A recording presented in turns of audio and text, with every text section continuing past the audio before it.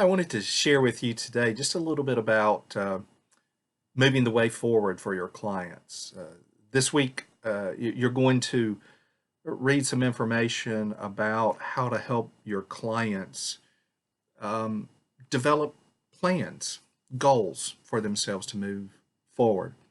One of the problems in counseling is that I've mentioned in our notes, most of the time when clients come to counseling, they're they know something's wrong. They know that they're unhappy with some area in their life. Something's causing them problems, but they're not exactly sure how to go about changing that or fixing it or addressing it. And sometimes they come in and they will describe something to you that really is not the actual problem at all. So you have to be patient. It will take clients some time to be comfortable enough with you to share sometimes the real story. You've talked about that in previous lessons about not just getting a story, but getting the real story, the actual story from the clients. Because what will happen is you will be chasing rabbits, so to speak, if you aren't careful. You can be doing a lot of things that you think are helpful when that's not really addressing the core issue in the client's life. But sometimes those can be very guarded and well protected things. I've posted some information for you concerning defense mechanisms. Sigmund Freud developed these or began to identify these, as well as his daughter Anna added to them. And while most people may dismiss those defense mechanisms because they are associated with Sigmund Freud in psychoanalysis, I do think there's some value in them. Because in my experience, when you encounter a defense mechanism, when you kind of hit that wall with a client, you come to understand that there's probably something behind the wall. And that wall has been constructed to protect something, a vulnerability, a hurt, an emotional scar with the client. And they're not ready just yet to expose that. And it may take some time. And so part of the counseling process, particularly the beginning process, engaging the client from the very beginning, is helping them feel safe enough to share those things. They may not share them readily in the beginning, but hopefully over time, those things will come to bear.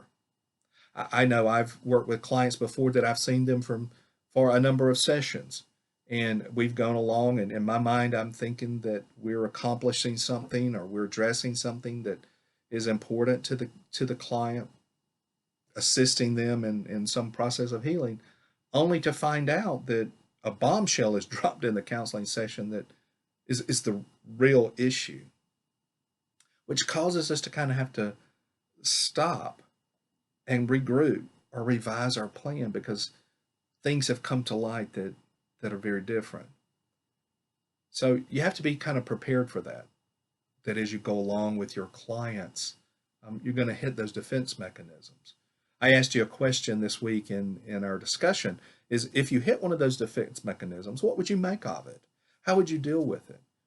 Because the reality for Freud and the development of the defense mechanisms is when you hit that wall, when you encounter or see that defense mechanism at play, there is something behind it. And the type of defense mechanism tells you what that is. It could be that it's just such a deep hurt that the person has repressed it and they've just pushed it down and they tried to deny it.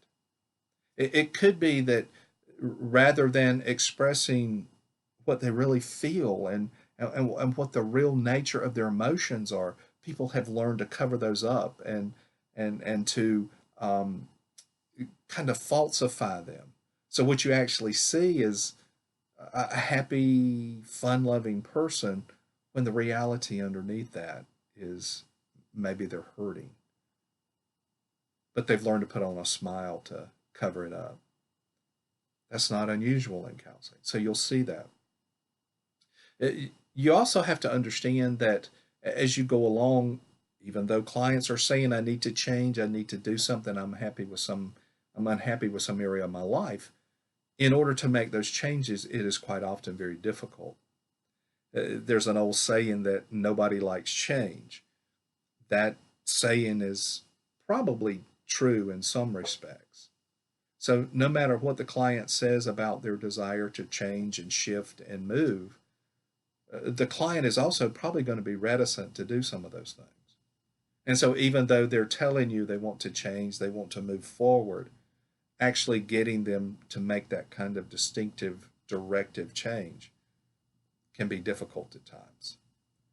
The key to that is not to become frustrated as a counselor. It means holding on to that course. That's why I say sometimes clients come in and they'll have so many things going on in their lives that they're scattered and they want everything fixed. And you can't fix everything all at one time. You have to kind of do again the proverbial eat the elephant one bite at a time. So it happens that you probably have to help the client narrow down their focus so that they can maybe just say, this is really the one thing I need to deal with. I encountered that a number of years ago with a father in counseling with his family.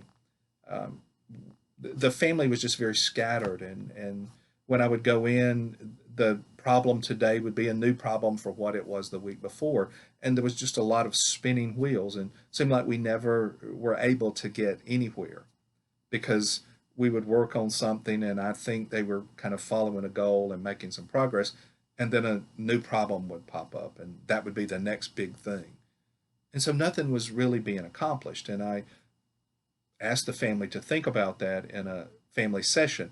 And the father said that he understood that. And he gave this example that was, for me, very powerful.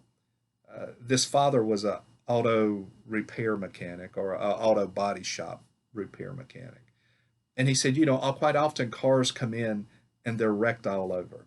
They have damage all over them as a result of an accident. And he said, I will never get a car fixed if I just work on one spot for a little while and then go to another spot and then another one. He said, the car never gets fixed. He said, I have to find a spot and I have to start with that spot and I fix that spot and I get it right before I move to the next one. And then once I finish with that spot and get it right, then I go to the next one. And he said, otherwise, the car will never get repaired. As long as I'm bouncing from one place of repair to another, the car is just going to stay damaged and it's probably not going to ever get repaired. It's the same thing with clients. And his wisdom was pretty sharp, I thought, that it's helping a client narrow their focus to one thing. That doesn't mean you can't come back later on and pick up another goal or pick up another issue, but help them identify what do you need to do right now? What's the first step forward in moving to where you want to go? And then what does that look like? You'll see in the information that you have and in your notes that it means identifying what it's going to look like. Here's how I usually tell people to determine what a goal in counseling should look like. If I followed the client around, would I know they're doing what I've asked them to do in a goal? That means I should be able to observe it or measure it. It also means it ought to be something that they can accomplish that's within their scope of something that they can do. I always ask people before I encourage them to read a book, do you like to read? It doesn't make much sense to tell a client to go read a book if they really don't like to read. They're probably not going to do that. So find out what works for them. It may be reading a book or it may be journaling. But if people aren't that much into writing and keeping notes about their life, telling them to journal may not work. Maybe they will. Maybe they'll start it and say, oh, great, I love this. But sometimes they won't. And so what I want you to understand is you have to fit what you want the client to do with something that they will do. That means you have to find out about the person, what they like to do, maybe what they've tried before. One of the questions I always try to ask people is, what have you actually done before to try to fix this problem? You don't necessarily want to redo things if they haven't worked in the past, or at least find out maybe why do you think it didn't work in the past if you're going to try it again. After all, the natural definition of insanity is what? Doing the same thing over and over and over and expecting a different result. And yet clients will do that. So you have to help the client think about what it is that you want to do. Where do you want to go? What do you want the end result to look like? It may never be perfect, but what do you want the end result to look like? And how do you get there? Where are you right now?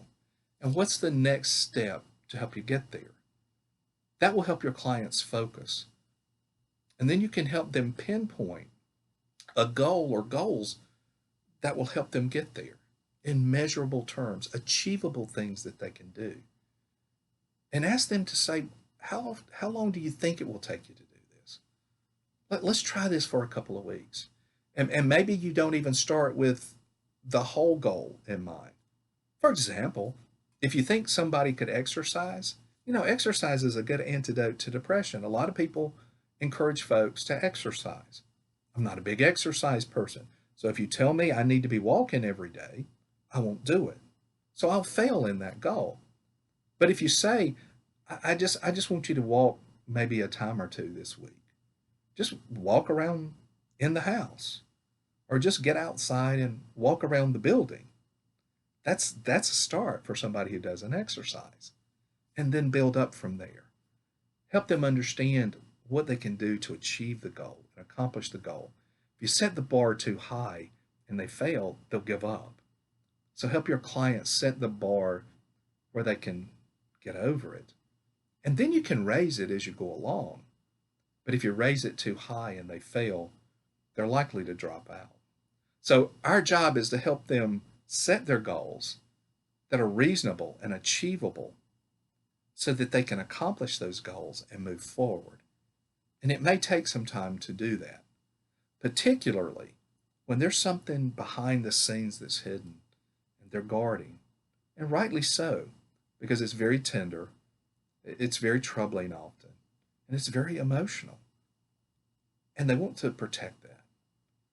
So hopefully this will help you kind of identify how to help your clients move forward and think about supporting them and encouraging them in that process, but also being patient with them as a therapist.